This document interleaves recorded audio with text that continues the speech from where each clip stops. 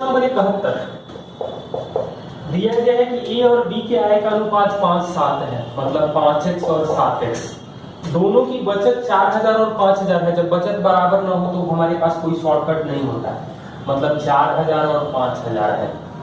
कह रहा है कि ए का खर्च बी का 66.2/3 है परसेंट के बराबर है। तो ए का खर्च, तो आय में से बचत को घटा देंगे तो खर्च तो 66.2/3 मतलब 2/3 होता है। तो ए 2 होगा, बी 3 खर्चा करेगा। 15x माइनस 12000 बराबर 14x माइनस 10000। तो x का वैल्यू जो आ जाएगा वो 2000। तो पूछा गया है टोटल इनकम क्या है, तो 7 5 12, x का वैल्यू जो आ जाएगा वो 24000। Question number 72 cos 9 plus sine 81 into sec 9 plus cosec 81 upon sine 56 into sec 34 plus cos 25 into cosec 65, इसका मान क्या है। सबसे पहला है ये चीज है कि साइन 90 माइनस थीटा जो होता है वो कॉस थीटा होता है। तो 81 को लिख सकते हैं 90 माइनस 9, यानी कि ये कॉस 9 आएगा। इसको लिख सकते हैं लोग सेक 9, मतलब 2 कॉस 9 इंटू 2 सेक 9 अपॉन ये 1 मतलब साइन 56 बटा में cos 34 होगा और इसका मान 1 हो जाएगा। 90 माइनस कर ले, यहाँ पर भी इसका भी मान 1 हो जाएगा, मतलब ये 1 प्लस 1 आएगा। तो cos और sec गुणा करने पर 1 होता है, मतलब 4/2 यानी कि 2 हो जाएगा। ए और बी की क्षमता 3 7 है। ए और बी ये क्षमता दिया गया है 3 और 7 में। दोनों 10.5 दिन में काम करते हैं, मतलब 10 गुणे 10.5 का मतलब होगा 105 काम है। 8 दिन तक काम करते हैं, मतलब 80 काम कर चुके हैं, तो बाकी बचा है 25। शेष काम का 60%, मतलब 25 का 60% करेंगे तो 15। ये कितना दिन में करेगा, मतलब 3 काम कर रहा है तो 5 दिन में करेगा। क्वेश्चन नंबर 74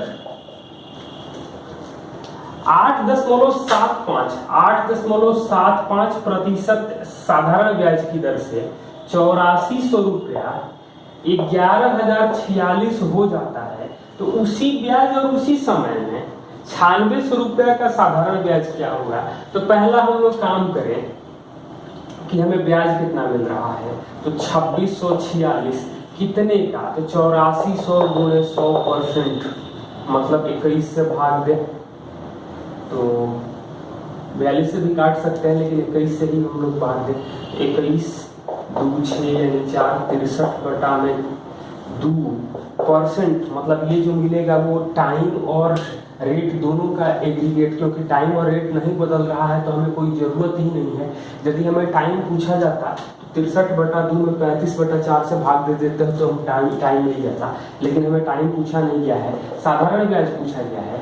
तो 9600 का 63/2%, मतलब 2 जीरो कटेगा तो 48। तो 48 गुणे 63 करना है। तो हम लोग सबसे पहला काम करेंगे कि 8 3 का 24, मतलब इकाई में 4 कहाँ दिखाई दे रहा है, और वो एक ही ऑप्शन में है। ऑप्शन आप लोग ध्यान से देखिएगा, ABC मतलब A plus B plus C दिया गया है 1/11/12, 11/12 मतलब 23/12 है। और ये दिया है A सबसे छोटा है, B सबसे बड़ा है, B उससे बड़ा है और C सबसे बड़ा है। C में A से भाग दे रहे हैं तो 5 2, मतलब ये 2x आएगा, ये 5x आएगा। B का जो मान है वो 5/2 से जो मान आ रहा है, जो B से 7/4 अधिक है, मतलब B प्लस 7/4 बराबर 5/2, मतलब घटा देंगे तो B का मान आ जाएगा 4। 10 माइनस 7 यानी 3/4। तो 3/4 को हम लोग 9/12 कर लें। 12 करने से हमारे लिए सुविधा हो जाएगा। सुविधा क्या होगा मैं ये बताना चाह रहा हूँ कि 12 कट जाएगा तो 14/12 आएगा, मतलब 5 2 7 के लिए 14 है, मतलब 1 के लिए 2, तो 4/12 और 10/12 तो रहा है। और हमसे पूछा गया है C माइनस ए, तो C माइनस ए का मतलब हो जाएगा 10 माइनस 4 यानी 6/12 1/2 आ जाएगा 76। एक दुकानदार ने 120 क्विंटल गेहूं खरीदा। इस गेहूं के 20% भाग को 25% हानि पर बेचा। पूरे सौदे में 25% लाभ पाना है, तो शेष को कितने प्रतिशत लाभ पर बेचेगा? तो 25% हानि पर बेच रहा है, 20% हानि पर 20% भाग बेचा यानी 80%, और ओवरऑल हमें 25% प्रॉफिट चाहिए। मतलब ये 1 आएगा, ये 4 आएगा, तो 4 के लिए आ रहा है 50, मतलब 1 के लिए आ जाएगा हमें 12.5। ये छोटा है तो इसको बड़ा होना पड़ेगा, मतलब 37.5%। त्रिभुज एबीसी के भीतर एक वृत्त बनाया गया है जो क्रमशः PQR बिंदुओं पर ABC एक वृत्त बन रहा है जो PQR पर AB को P पर, BC को Q पर और AC को R पर स्पर्श करता है। BC माइनस AC ABC का परिमाप दिया गया है 32, तो PB प्लस AR पूछा गया है, PB प्लस AR हमसे पूछा गया है, और AB माइनस BC हमें दिया गया है 4। तो एक काम करेंगे, x होगा, ये y होगा, ये z होगा, क्योंकि बाहर बिंदु से स्पर्श रेखाओं की लंबाई बराबर होती है। AB माइनस BC 4 दिया है, मतलब AB माइनस BC 4 दिया गया है, मतलब z माइनस y जो दिया गया है वो हमें 4 मिल रहा है। परिमाप दिया गया है 32, मतलब 2x plus y plus z आ रहा है हमें 16।